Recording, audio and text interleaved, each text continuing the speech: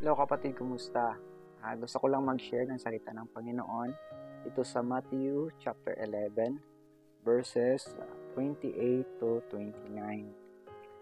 Come to me, all who are weary and burdened, and I will give you rest.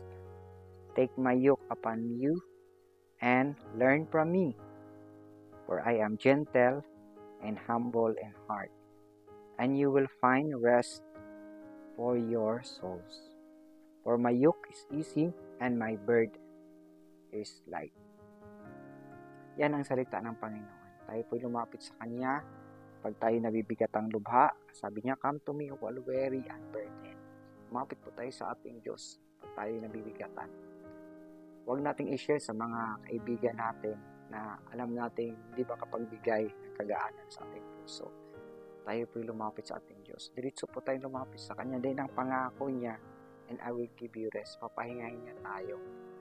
Ikukumport tayo ng ating Diyos. Take my yoke, yung yugo, yung pasanin natin.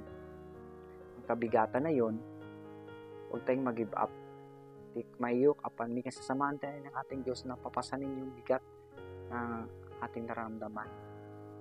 Kaya kapatid, huwag kang mawala ng pag-asa. Sa oras na to, gusto kitang ipag-pray. Tayo po'y pumikit at manalangin. Father God, I pray, O God, Lord, sa kapatid kong ito na nasa kabilang linya. Ikaw, Panginoon, ang pabiro sa kanyang buhay. Nakita mo, God, Lord, mayroon siyang kabigatan sa kanyang puso. Sinabi mo, Panginoon, ang iyong pangako, come to me, who are weary and burdened, and I will give you rest. Thank you, Jesus. Thank you, Lord.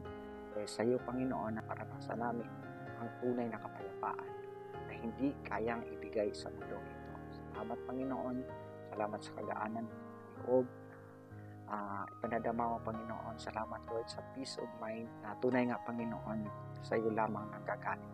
Thank you, Jesus. And I know, God, Lord, na maayos ang araw na gagawin ng kapatid kong ito. At maging sa mga sunod-sunod pang mga araw. Thank you, Jesus' name. Kaya kapatid, kung tinanggap mo ang prayer na yon, believe in the Lord Jesus Christ and you will be saved.